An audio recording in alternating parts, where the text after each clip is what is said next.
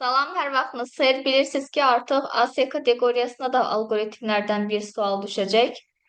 Gəlin algoritmlərə nəzər salaq. Birinci, nədən başlayaq? Məsələnin kompüterdəki həlli prosesi. Məsələ kompüterdə 6 prosesdən keçir. Birinci nə olacaq? Məsələnin qoyuluşu. İkinci, məsələnin analizi və tədqiqi.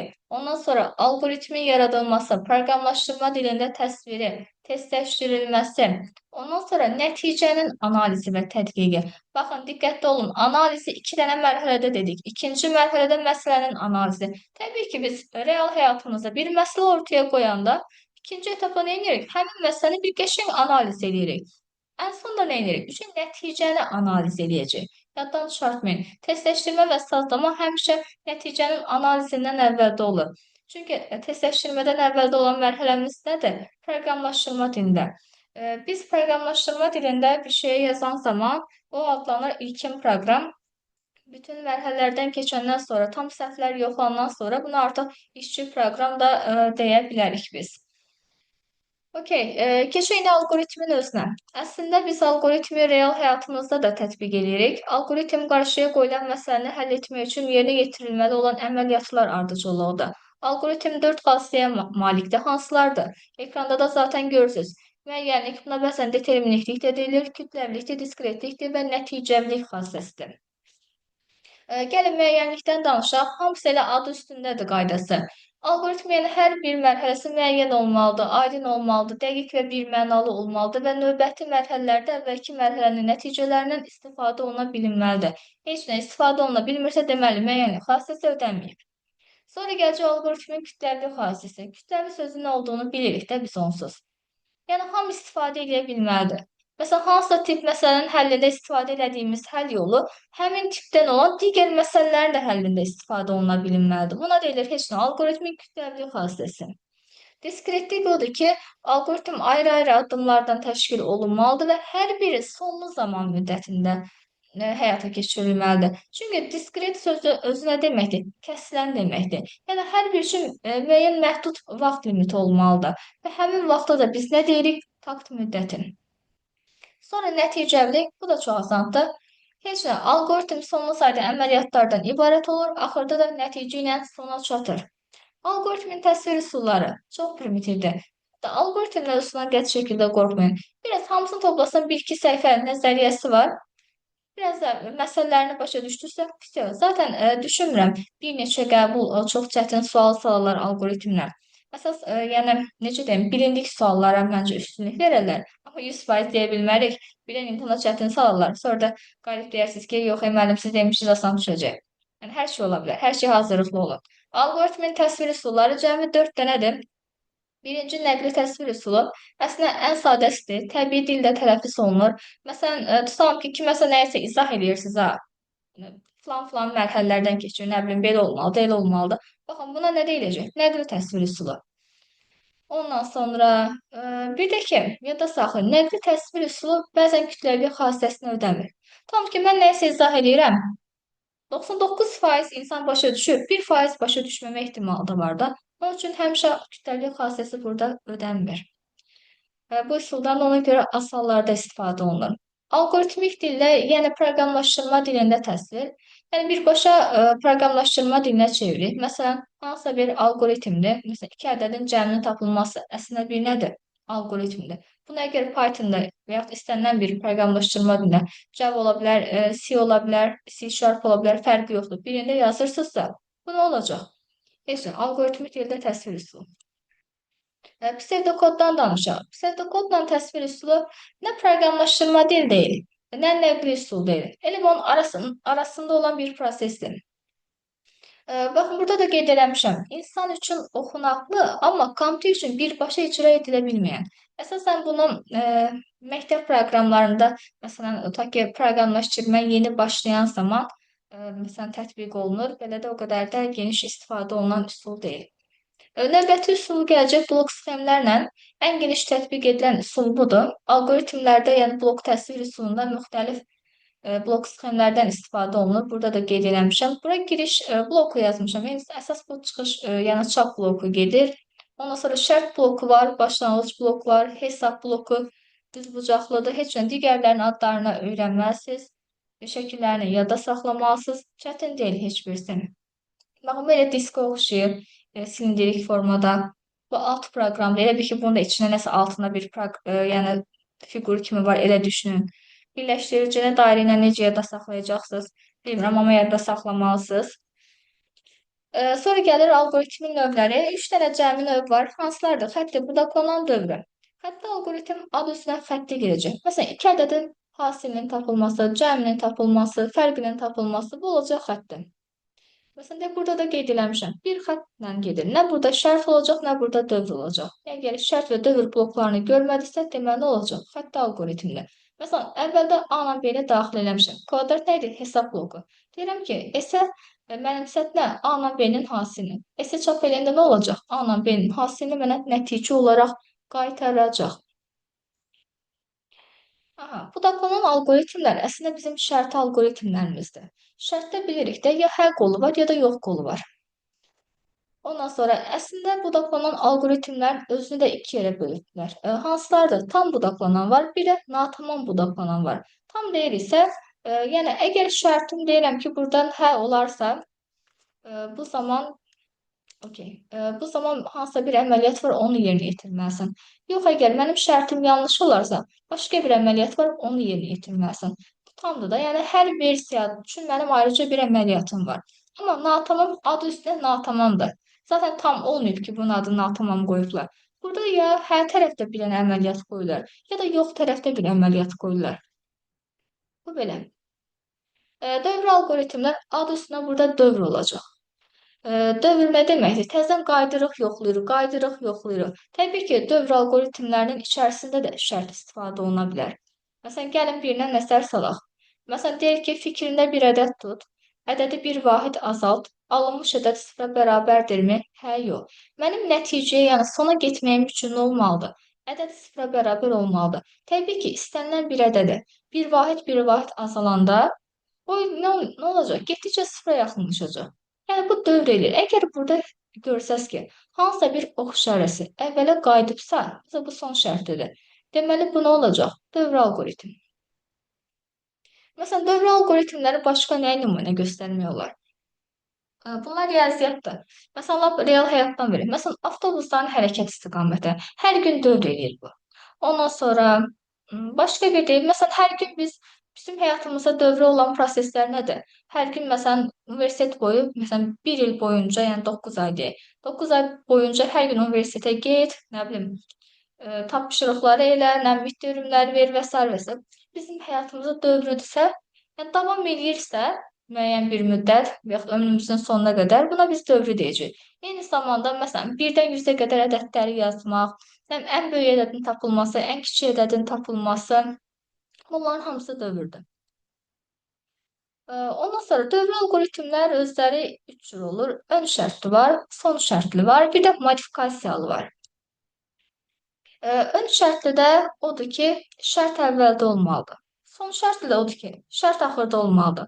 Ancaq bunu tapmaq çox asandır. Baxın, şərt əvvəldə qoyubsa ön şərtdir. Axırda qoyubsa olacaq son şərt. Ön şərtlidə while-dur, son şərtlidə repeat until operatorlar istifadə olunur. Bunu proqramlaşdırma dilində təsvirində görə bilirik biz bunları. Siz amma prosesdə proqramlaşdırma dili lazım olmadığı üçün sadəcə ad olaraq əzbərləyib kifayətdir. Məsələn, gəlin modifikasiyalı dövrdən danışaq. Modifikasiyalı dövrün olduğunu hardan biləcəm? Əgər 6 bucaqlı varsa, bu modifikasiyalı dövrün olduğunu bildirir. Məsələn, bunun içərisində 2 yazıb, 17 yazıb, 4 yazıb. Bu deməkdir ki, 2-dən başlayacaq, 4 vahid artacaq və 17-də dayanacaq. Elə bil ki, bu startdır, stopdur, stepdir. Yazıram bura. Hara yazım? Yer tapmadım. Buraya yazaq. Start, stop, step. Start başlanğıcı, stop yekunda, step də addımdır.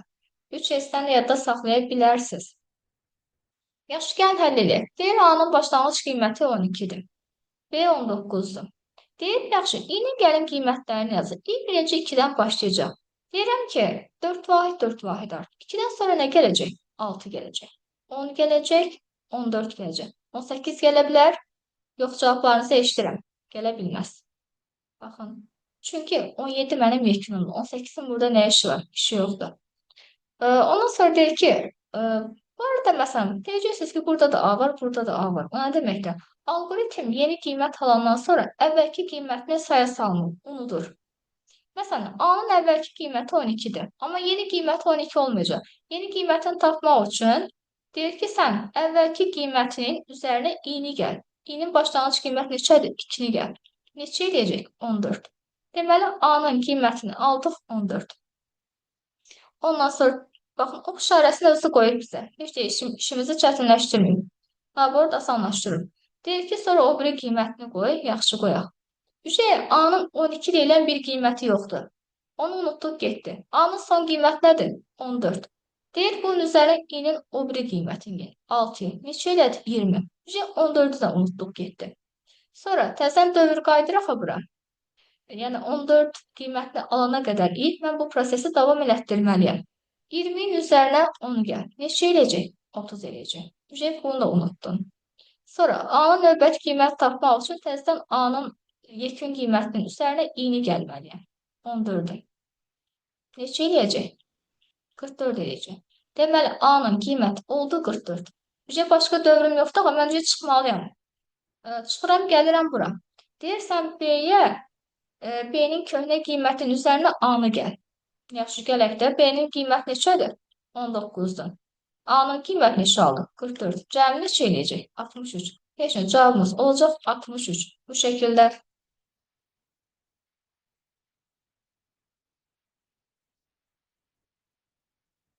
Hə, indi bu suala baxaq. Bu sualı çox tələbə biraz, necə deyim, çətinlik çəkir. Amma inandırım sizə ən asan suallardandır bu.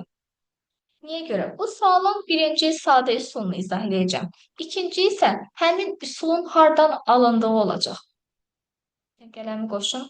Deyir ki, aşağıdakı algoritmin blok sxemində minimum deyir neçə şərt blokundan istifadə etmək olar? Minimum, yəni ən azı.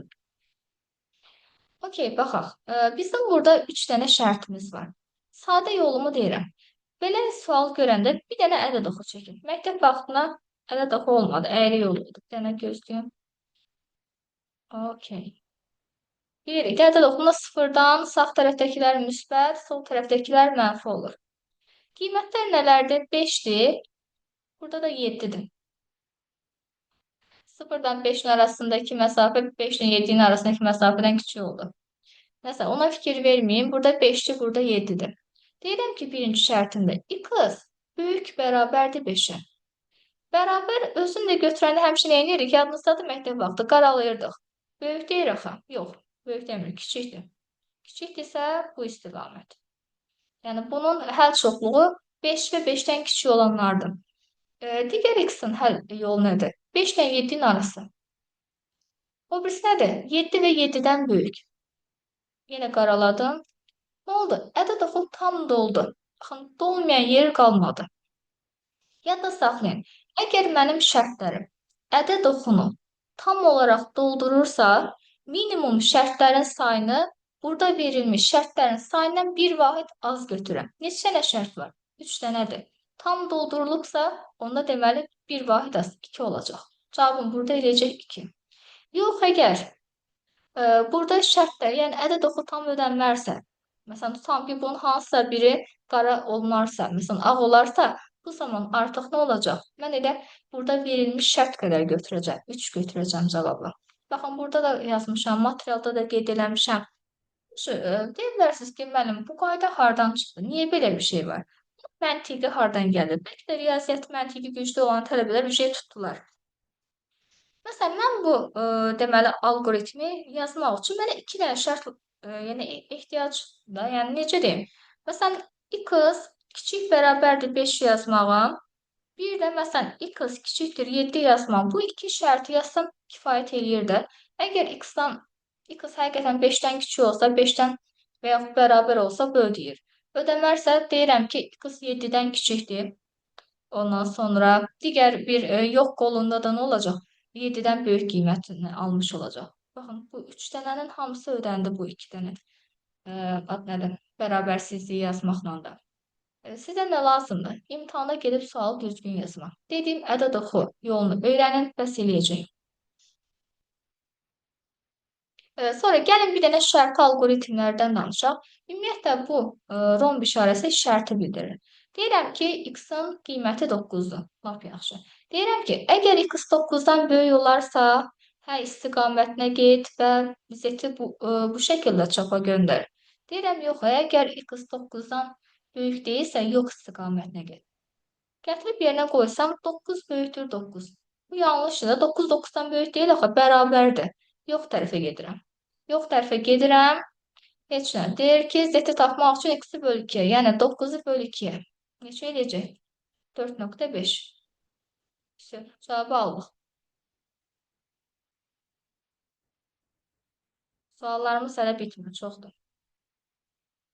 Ondan sonra bu sual qəti şəkildə yenə gözünüzü qorxutmursunuz. Biraz bu ehtimal nəzəriyyəsinə oxşayır. Ehtimal nəzəriyyəsində bir-birindən asılı olmayan hadisələr olanda ümumi sayı tapmaq üçün həmişə bir-birinə vururdu. Axı, burada da eyni qaydadadır. Deyir, əməliyyatda təkrarlanmaların sayını soruşur. I-nin qiyməti nədir? 1-dən 4-ə qədər. K-nın qiyməti nədir? 1-dən 5-ə qədər. Amma 1-in özü də daxil olmaqla. Həmişə baxın, çıxıb üzərinə 1 gəlirik. Baxın, burada 4-dən 1 çıxıb üzərinə 1 gəldim. Burada da 5-dən 1 çıxdım, üzərinə 1 gəldim. Baxın, 1-in aldıq 4, 1-in aldıq 5. Məndən təkrarlanmaların sayını soruşanda bunların hasilini tapmalısınız. Bu bilirsiniz nəyə oxşayır? Məsələn, deyirəm ki, 2 rəqəmli ədəddir. Deyirəm ki, məsələn, neçə dənə 2 rəqəmli ədəd var? Məsələn, onu necə taparıq? Məsələn, birinci yerdə duran ədədin hansı rəqəmlər ala bilər? 0-dan 9-a düzdür, amma 0-la ədəd başlaya bilmirdi. Yəni, birinci yazılan hissədə, yəni ədədin birinci hissəsində 9 dənə rəqəmdən istifadə edə bilərəm. Amma ikinci hissəsində 10 dənə rəqəmdən istifadə edə bilərəm. Çünki ikinci tərəfdə 0-dan da istifadə edə bilərəm. Bunların mümkün hallarını soruşanda 9-u ona vuracam, o da eləyəcək 90. Deməli, 90 dənə 2 rəqəmli ədəd var. Burada məsələn, rəqəmlər müxtəlif olan və s. Bunları nəzərə almadım mən. Ümumi sayını tapdım prosta. Baxın, bu da onun kimidir. Yəni, son üzərinə 1 gəlin, aldığınız cavabları bir-birinə vurun. Gəldik əjdaha sualımıza. Sualı görüb gözünüzü qorxutmayın. Sualda nə deyir? Deyir, algoritmin icrası nəticəsində n8 qiymətini alarsa, n-in ilkin qiymətini tap. Sualı tərsdən işləyəcək biz. Proje məntiqlə riyaziyyatda addımlayıb gəlir. Necə? Ən sonda 8 qiymətini alıb. N hansı tərəfdən alıb bu qiyməti? Yox qolundan alıb, düzdür? Mənim ümumiyyətlə algoritmin yox olması üçün nə baş verməlidir? A-nın qiyməti ya 45-ə bərabər olmalıdır, ya da 45-dən böyük olmalıdır. Nəzər salam görüm A-nı harda yazıb burada? A hər dəfə dövrü algoritmini özdə bu. Deməli, son ön şərtidir. A hər dəfə 3 vahid artıb. Hər dövrdə A-nın qiyməti 3 vahid artıb. A-nın başlanğıc qiyməti nədir? 2-dir. Baxın, yazırıq. 2 üstəgəl. Dövrlərimiz sayını bilmirəm də nə qədər dövr edir. 2 üstəgəl 3-dir. Dövrü D-la işarə elədim. Böyük bərabər olmalıdır 45-ə. Buradan 3-dir. Böyük bərabərdir 43-ə. D-nin də qiyməti hardasa deməli eləyəcək 14 tam nə qədərsə, təxmini bunda nə götürməliyim? 15. Çünki dövr sayı kəsir olmaz. Deməli, mənim bu algoritmim 15 dəfə dövr eləyib. 15 dövrü aldım. N də deməli 15 dənə dövrdən keçib də. Deməli, gətirib burada qoyuruq. N-in ən son qiyməti neçə eləyib? Burada yazıb 8. N-in düsturu nədir? N isə hər dəfə 8 vahid azala, axırda qiymətini alıb 8. Amma neçə dəfə 8 dəfə azalıb bu? 15 aldı axı dövrləri. Deməli, yazırıq. N çıxılsın 15 vurulsun. Tərsinə yazdım, bunu 8 vuraq 15 yazaq. 8 vurulsun. 15 dəfə 8 vahid azalıb. Və axırda qiymətini neçə alıb? 8 alıb. Heç nə, n çıxılsın. 15-dən 8 çıxanda 120 bərabərdir 8-ə. Deməli, buradan da alacaq n-in qiyməti bərabər olacaq 128-ə. Cavabımız olacaq B variantı. Bu düşə biləcək ən çətin versiyalardandır. Algoritm, ümumiyyətlə, tələbənin biraz da məntiqini yoxlayan bölmədir. Okey. Deməli, belə bir suallar da var. Hansı ki, bunlar da məşhurdur. Bunu çəkib Instagrama yerləşdirmişəm. Deyir ki, algoritmin yerinə yetirilməsi nəticəsində Y dəyişəni 20 qiymətini almışdır. Algoritmin yerinə yetirilməsinə qədər X dəyişənin deyir qiyməti neçə olmuşdu? Baxın, buradakı Y ilə buradakı Y eyni şeydir. Deyək axı, yeni qiymət alanda əvvəlkini saya salmayacaq bu. Okey, en son qiymətini 20 alın. X-in yerinə mən 30 minus Y yaza bilərəm. Çünki buradakı Y ilə buradakı Y eynidir zaten. Bu yeni Y-dir sadəcə. X-in yerinə yazıram 30 minus Y çıxılsın Y bərabər olub neçəyə? 20-yə. 30 minus 2Y bərabərdir 20-yə. Y də bərabər olacaq burada 10-a. 10 olmaz, 5 olar. Baxın 5-ə. 5-ə bərabər oldu. Deməli, Y-in qiyməti 5 imiş. Gətirib qoymuşam burada və burada yerinə və almışam Y-in yeni qiymətini. Məndən də X-in qiymətini soruşur. Amma yeni qiymətini. Deməli, 5 bərabər olub X üstəgəl 3-ə. Buradan X neçə alalım? 2. Deməli, X-in əvvəlcədən qiyməti 2 olubmuş. Y-in əvvəlcədən qiyməti 5 olubmuş. 5 bərabərdir həqiqətən 2 üstəgəlsin 3-ə. X-in yeni qiyməti isə, baxın, heç vaxt burada aldığınızı gətirib bura qoya bilmərsiniz. Əgər növbəti sətirdən qoşu nöqtəyə qoyub yanında başqa bir düstur yazıbsa, o demək ki, yeni qiymət alacaq bu. Əvvəlkini yenə saya salmayacaq deməkdir bu. X-in yeni qiymət də bərabər olub buradan 30 minus Y-ə. Y-in də qiyməti 5-dir. Həqiqətən elə 25-dən də 5-i çıxanda cavab yenə bizə 20-ni verəcək. Buna aid bir neçə misal da var.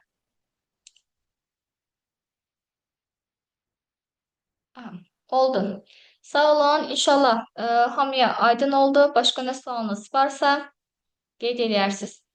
Görüşənədək.